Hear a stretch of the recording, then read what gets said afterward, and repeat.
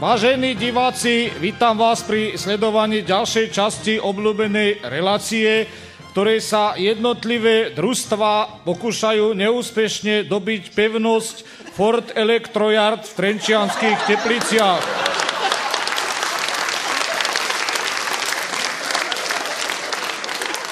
Už tu bolo družstvo novinárov, fotografov, kuklačov a teraz vítam družstvo vládnej koalície.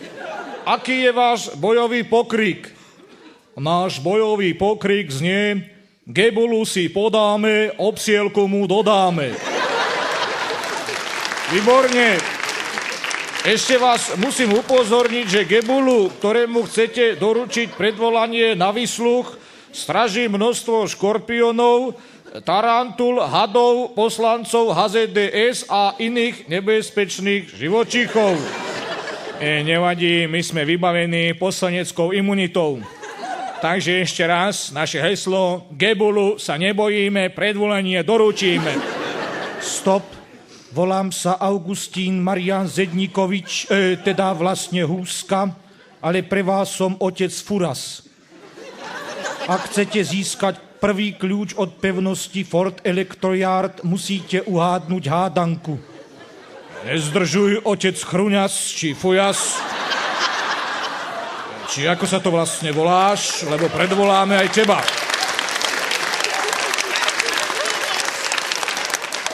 Dávajte prosím pozor, moja prvá hádanka znie. Je to čierne, chodí to po záhrade a na chrbte to má biely pás. Čo je to? Čierne, chodí to po záhrade, má to na chrbte biely pás. To by mohol byť Ivan L. vo vyšetrovacej väzbe. Nie, neuhádli ste, je to krtko s kozmodiskom.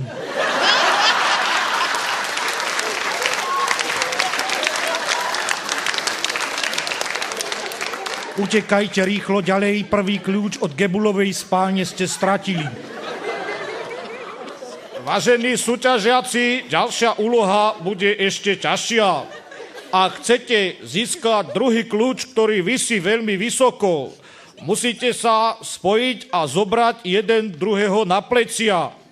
To je vylúčené, niekoho brať na plecia, ja som ohodný vziať na plecia jedine Migaša, ale Koncoša alebo Čarnogórského nikdy. Tak moment, Čarnogórského odmietam aj ja. Ešte tak Zurindu by som uniesol, ale na najvýš ešte Hamžíka, inak nikoho. Čarnogórského a Budaja neberiem ani ja. Maximálne ešte tak Haracha alebo Kukana. Váš čas uplynul, nakoľko sa v koalícii neviete medzi sebou dohodnúť. Strácate aj druhý kľúč.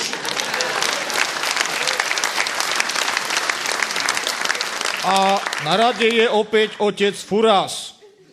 Dávajte prosím dobrý pozor. Moja ďalšia hádanka znie: má malú korzičku a k tomu hruštičku.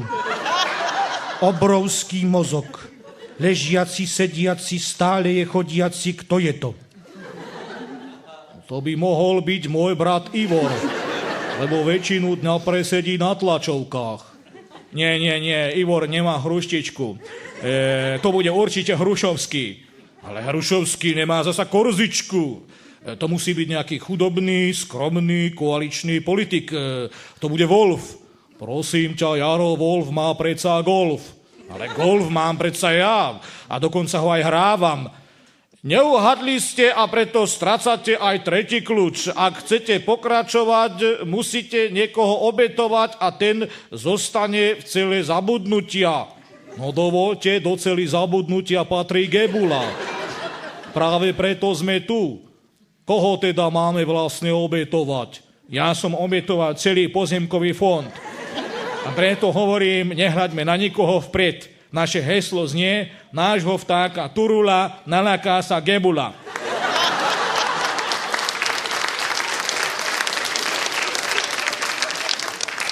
Stojte.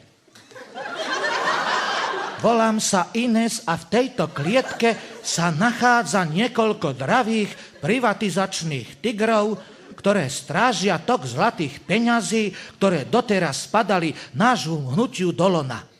Ak sa odvážite svojimi špinavými paprčami na ne siahnuť, pustím na vás tigrov Šaniho, Ďusiho alebo Karčiho a tí vás na skutku roztrhajú.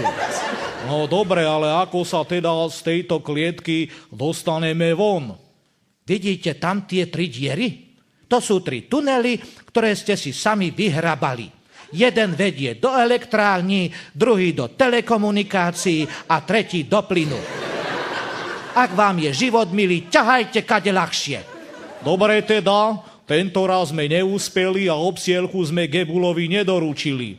Ale nevadí, my sa len tak ľahko nevzdáme. Naším novým bojovým heslom je: budeme tu do júla, však ty vyjdeš, Gebula.